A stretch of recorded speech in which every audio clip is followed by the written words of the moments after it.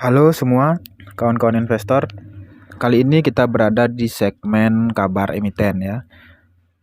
Berita yang akan saya bacakan adalah berjudul penyaluran kredit GoTo Finansial tumbuh 40% di kuartal 1 2023 ya. Kabar emiten tentang saham GoTo ya. Sebelum lanjut, bagi yang belum subscribe, mohon dukungannya dengan subscribe vlog sederhana ini agar saya semangat setiap hari membuat video rekaman seperti ini ya. Ini khusus retail ya kawan-kawan, yang market maker silahkan di skip aja video ini. Oke, saya ambil dari keuangankontan.co.id. Pada tanggal 2 Mei hari Selasa ya, penyaluran kredit GoTo Finansial tumbuh 40% di kuartal 1. Tuh kita lihat ada foto-foto pendiri dan direkturnya ya. Dari kontan.co.id ya.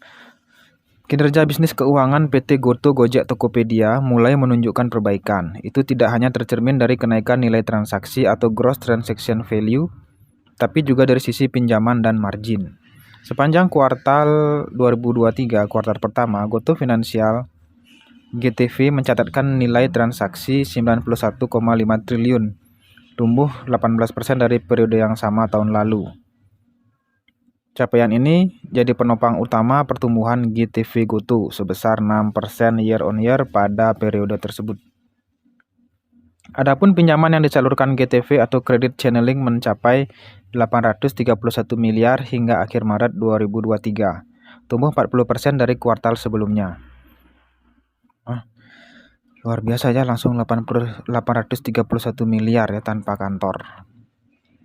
Walau masih relatif kecil, tetapi capaian ini telah membawa GoTo ke level baru di bisnis jasa keuangan.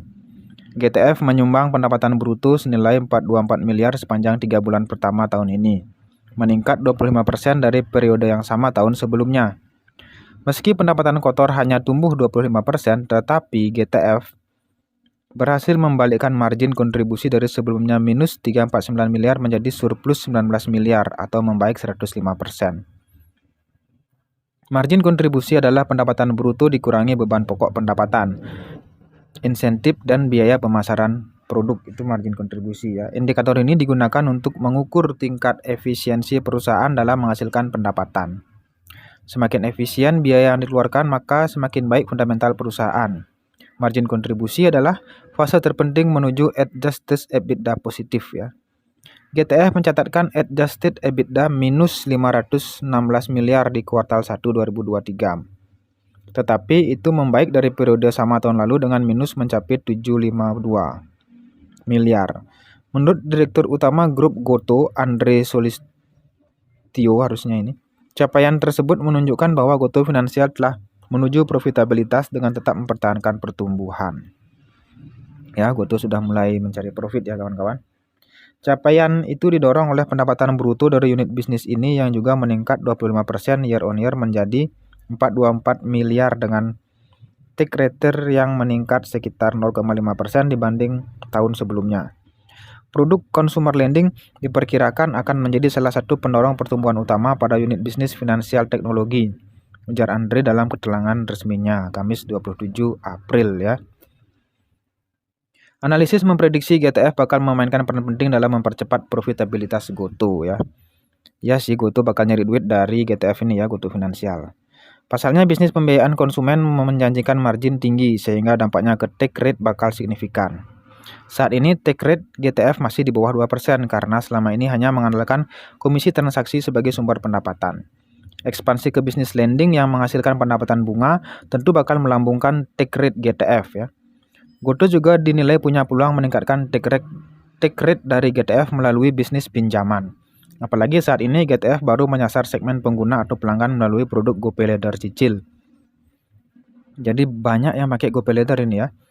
Jika pembiayaan terus diperluas ke para mitra usaha dan merchant dalam bentuk kredit modal kerja, dampaknya bakal signifikan. Margin GoPayLater cicil itu tinggi karena menyasar segmen konsumen dengan tenor pendek. Apalagi pengguna aktif GoTo besar sekali. Ruang ekspansi masih terbuka lebar. Belum lagi jika GoTo tapping ke segmen mitra usaha serta merchant. Ini yang akan menjadi salah satu motor pertumbuhan bisnis GoTo dan bisa mengantarkan perusahaan mencapai target adjusted EBITDA positif akhir tahun, kata analis MNC Sekuritas Andrew Susilo. Jadi kalau saya sebagai retail melihat GoTo akan mencari duit dari GoPay-nya ini ya, divisi GoPay-nya. Oke, saya rasa demikian aja berita yang saya bacakan dari kontan.co.id. Semoga informasi ini bermanfaat. Ingat kawan-kawan, hati-hati dengan para influencer yang ujung-ujungnya mengajak Anda untuk membeli produk atau dia adalah orang sekuritas. Dapat fee dari setiap transaksi dan setiap Anda ikut ya. Oke. Retail bersatu tak terkalahkan. Ingat itu ya, retail bersatu tak terkalahkan. Semoga semua sehat, bahagia dan kaya raya. Salam cuan.